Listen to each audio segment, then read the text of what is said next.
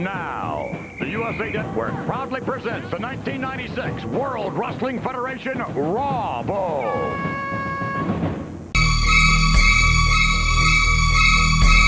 Well, the skeptics and all the people have a little bit of... Let me do this again. Oh, it's live, pal. And I have half the brain that you do! Trying to make me look like a jackass!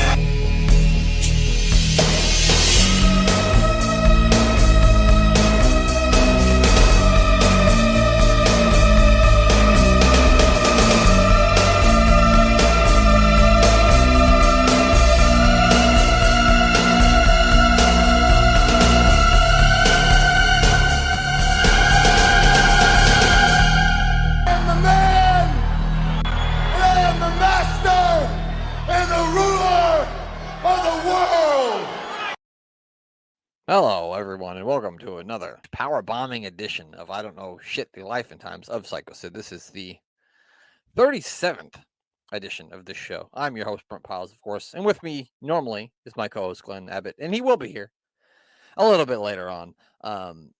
First thing I wanted to do before we get into this week's episode is you're probably noticing that I'm holding what appears to be a child's toy, and it is a World Heavyweight Championship toy belt. And you're probably wondering, why would you be holding that? I'm showing everyone at home my beautiful birthday present that I received from the mayor of Canton this week. And the reason why this World Heavyweight Championship is so special is what's on the strap here. And that is the signature of the namesake of this show. Mr. Sycho Sid has signed this belt for me, and I received it from the mayor of Canton as a birthday present, and I am over the moon about it. There you see right there. The man himself signed it. It was verified with that number right there. I've got the certificate of authenticity right here.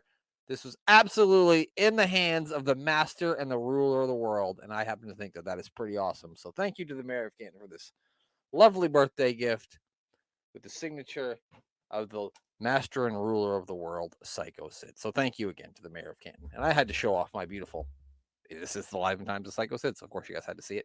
And it's really the only Sid memorabilia I have, because I don't have any Sid figures, as I talked about, I think, in the first episode. But this is the 37th episode, and we thought we'd bring in a guest this week, and we kind of got the idea for this show from him and his co-host, UTT Rob, over at the Unbooking the Territory podcast, when they did a show called Unbooking the Territory, where they relived the life and times of the one and only Tank Abbott, and we kind of nixed that idea and ran with it to the life and times of Sycho Sid is what we do now. So we thought it would only be best if we got one of the guys from UTT on, and we'll get Rob on eventually too. But this week, Mr. Dan Griffin has joined us from the Doctor Who podcast, from the Volley, from a host of other shows. Check him out on SJP World Media. He'll plug all of his shit when he's done appearing on the show here. But we're going to throw it to him and me and Glenn watching the Raw Bowl from the very first episode of Monday Night Raw from 1996. They really kicked it off right with the Raw Bowl. See what I just did there? So let's go back to 1996 and have a look at the Raw Bowl. The only time where you could call timeouts in wrestling. We're all here for the very first World Wrestling Federation Raw Bowl. Raw Bowl! Raw Bowl! Raw Bowl! Raw Bowl! So as promised, the man who drives UTT Rob crazy on the episodes of the Unbooking the Territory podcast, Mr. Dan Griffin, has joined us for the Raw Bowl. Dan, how you doing? I'm doing good, mate. Doing good. I'm happy to be stepping through the podcasting forbidden door and appearing on the spiritual successor to Unbooking the Territory. Thank you for having me. I figured it was only right that we had to get you and Rob at least on the show once, because you guys are really the inspiration for the show, so it's only right. Yeah, well, you took our concept and you added Sid to it, so in many ways you made it so much better. I don't know if I can agree with that, pal, but thank you. And Glenn's here as always. Glenn, how's it going? How you doing, pal? Well, after my little performance the other day, at least I know now it's Unbooking the Territory that I couldn't remember. In fairness, that's Glenn's fine. going to forget at least half of the shows that he has to plug for you, and he does it not because he wants to, but lovingly, because he loves you so much. It's because we've got so many. I fluff half the outros I do on podcasts. I can't remember them all. You do. I get tongue-tied talking about the fucking 3 that we do. And you do more than I do. So I can. We recorded the Doc 2 pod earlier. Me and Si did the whole outro. I thought, yeah, I've nailed it. And then 2 minutes later, remembered that I'd forgotten to plug the volley, which is on the same network as the Doctor Who pod. So there's always got to be one, pal. There's always one. But we're not here to talk about European football today. We're here to talk about American football involved in wrestling. It's the Raw Bowl, and Sid's in it. So we're going to watch it. Here we go. Great stuff. Oh, what an entrance. I know. You guys do this in the UK much? Any soccer teams run through like a big piece of paper to celebrate their way out to the field? no. No, it's just a waste of paper. Yeah. We love doing this in America. Every high school, every Friday night at high school is doing this. Every one of them. Just run through a piece of paper like that. With the school's logo every week. And this is the team we want to win right here. Sid and the Kid. He's the 1-2. His number is 1-2-3. And I believe Sid's number is Master and Ruler of the World. No, it's 00. I'm just kidding. Did anybody take 69? I believe Yokozuna might be 690. Yeah. That's the weight. Yeah. So the rules: each team gets 1 timeout. Team is eliminated by pin, disqualification, or being counted out or submitted. Of course, that's how this works. There's no touchdowns, field goals. In case you thought that there were, there isn't. It's a nice little foreshadow this for the 1-2-3 Kid being in black and white. They really did. You're right. Any person can be tagged at any time is another rule. And once you're tagged, physical contact must be made before you can tag out. So I think you can tag against your own partner, and then you guys must make physical contact. Which I'm not sure if that means that you guys have to hug and kiss, or if you wrestle. I don't know. But we'll find out. Nice I suppose drop total. your partner is. I guess it does depend on who your partner is. That's a good point, Glenn. Yeah, Owen Hart and I believe that's Bart Gunn. Now see, we've already got it. The Guns are going to have to take on each other. Mama Gunn must be crying at home.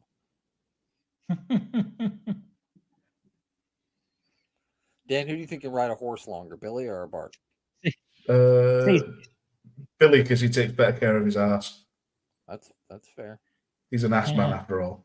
I think Billy went to like college on a rodeo scholarship or some shit like that. Oh, now they've tagged in Owen and Yokozuna. There's Jim Cornette. Let's get a look at you. See, it's a bit strange seeing Billy again after we've just been watching him as Mr. Ass. Yeah, I mean, we watched him a little bit as Rockabilly. I know you remember Rockabilly, Glenn, one of your favorites. Sends a shiver up my spine. I wiped that in my memory. Bring it up. Oh, I'm gonna bring it back, Glenn. Yoko's 641 is his number. Uh-oh. That's definitely his weight. Something like that. Yeah. Oh. Or possibly his waist. I'm allowed to say that. I'm a fat fuck too. It might be, but yeah, you're allowed to make all the jokes you want to. Here comes tags in Savio. So now we're gonna get Savio versus Yoko. The yellow team. Very bright yellow. He hasn't even got a Look number. at Yoko. How doesn't his ankles just snap constantly? Yeah, it's a great question. He's got Samoan ankles. They're tough, pal. They don't break. Yeah. the anti-Achilles heel. Yeah. Yeah. Oh! Missed it. We missed it. I like how they made the ring look like a football field. Isn't that cool? Hmm. What ingenuity here. We've got Earl Hebner dressed up like a little fucking goofy referee. They got fucking football jerseys that my fucking 5th grade teacher used to hang us out in fucking gym class before we'd go outside and play fucking softball. I'm surprised Vince ain't gone into his little black book and got some cheerleaders. Oh, don't What's worry. just doing watching all this? I think he's got a crush on Razor Ramon at this point. I think that's what's happening. I think it's the storyline they're building to. This is actually the New Year's Day of 1996, so a new year for WWE, and this is the way they decided to start it. Can you imagine watching this if you had a hangover? You'd be wondering if it's there's some hillbilly fuck somewhere who had a belly full of moonshine, wondering if it just taken effect. The funny Yeah. thing is, I was 12 maybe 13 when this was on, and I was so excited for it. Like, oh my god, the Raw Bowl! It's gonna be fucking cool. Get Jerry Lawler away from that young woman. Yeah, I was gonna Get him out of here. say. I'm really surprised he hasn't taken the number 69. Oh yeah, He can't resist himself, can he? You know the jersey he wears at home has the number 69 on it, and he goes every time he puts it on. You know he does. I can't judge him for that because I'm immature as fuck too. Difference is I don't touch kids allegedly. Yeah, that's the major difference there. The big difference. The smoking gun, Bart's number is obviously 45 because of the Colt 45 with the gun. Hey, finally. Got You some don't need cast- binoculars to see Sid Jerry, you fucking There's idiot. got to be cheerleaders because, or else what's he got those for? That's what he's looking. Oh. That's what he's got. Nearly said something that they got you cancelled. All right, Sid is finally in the ring. We've been waiting this whole time. He's finally in there. Come Nobody on, wants do to- stuff. Come on, Sid, powerbomb somebody, especially this fucking cowboy. I hate his face. I don't. So you've ripped it apart. Thank you, Sid. Ask and you shall receive. Nobody hates Bart Gunn space more than Butterbean. Oh no, absolutely not. Yeah, and nobody hates Bart Guns. Whoa! Hates Bart's gun hates the most thing that Bart Guns hates in the world is Butterbean's fist, so it's equal. Bart Gunn just got 2 count on Sid. What the hell? I know. WWF 1995, 1996. Hey, look, That was stalling vertical suplex.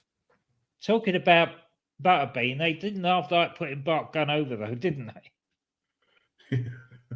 No, unfortunately, I think Butterbean wanted to work with him, but they were like, "No, we want to do a real boxing match." And Butterbean was like, "All right, it's not going to be pretty, but I'll do it." One move from Sid and Bart Gunn is out of there. Oh, Sid has definitely embraced the gimmick, hasn't he? With the streaks under the eyes and Yeah, I him think and Kid. don't all of them have? No, I guess all of them don't have that. Sid went all out. Oh, come on, Savio, you know better than that. Pick up Sid. Nearly made lemonade there. Although if you're going to squash Savio like that and yellow juice runs out, I don't think you want to drink it. No, that's not the lemonade you want to have. Oh, the insecurity. It's a fun word to say. Did anybody hit a better enziguri than Owen Hart? No. I don't think so. Did he just ram Savio Vega's head into Yokozuna's tits? I think Yes. he did. He motorboated him is what happened. I've seen enough of that on Unstacking Territory with Giant Haystacks' boobs mother. Oh, boy. Oh, brother loves here. Oh, God. The living embodiment of cardiac arrest. We were The talking king about of- the king of hypertension. earlier, Knuckleball Schwartz. Every time I see a kid take a bump, or Sean Waltman take a bump like that, where he hits his ass on something, I think of that promo when he came back to the WWF and said he was here to rip ass on the World Wrestling Federation, and then just giggle at the fact that he actually tore his asshole open. Yep, I thought that's where you were going. I figured you were going to the torn open asshole. I figured that's where. Oh, There's 2 very recognisable injuries in that team with Sid and the kid. oh yeah, one broken asshole and one broken leg. I think I'd rather take the broken asshole. You know what? At that point, I think so too. I'm not sure which one I'd choose at that point. Oh, Razor's got And when we get to that got the point, eyes stuff, it's and like, so does come Savio. on, back on, because I'm going to watch it like this. So you Glenn can watch it while I watch it like this. Start off a special wrestling injuries podcast and watch the match with Vader and Stan Hansen. Oh, where his eye comes out? Yeah. Yeah. Here we go. Big feud going on right now between Razor Ramon and the Kid because the Kid turned his back on Razor during a match with Sid when he was the special guest referee. I'll be signaling that he's finished, but the 1, 2, 3 Kid called one of his timeouts. He's only got one. He called it. What the fuck is this? Of course, you know, you guys are familiar with timeouts, right? When you call a timeout. Yeah. Yeah, but not in wrestling, no. No, not usually. Usually a heel wrestler tries to call a timeout, and they go, "There's no timeouts in wrestling, but there is in the Raw Bowl." And so Demi Razor Ramon, he threw a flag, and now Ted DiBiase's out of here. Apparently, what the flag means. It's not a 15-yard penalty. So who just got the public warning? I think Ted DiBiase did. What an idea from Sid, by the way, dragging the kid to the corner and making the tag and just decking Scott Hall. Yep. One. He didn't even make the tag. He just twatted him, and Earl Hebner doesn't care. No. He already threw one flag. Salvia was like, "Hey, I threw a timeout," and he said, "Nah, baby, you're gone." What a move by Sid! What a genius! That's the kind of stuff Sid brings to your team if he's on your team for the Raw Bowl. I think he's going to win Raw Bowl 97. I think he'd win every Raw Bowl he went in.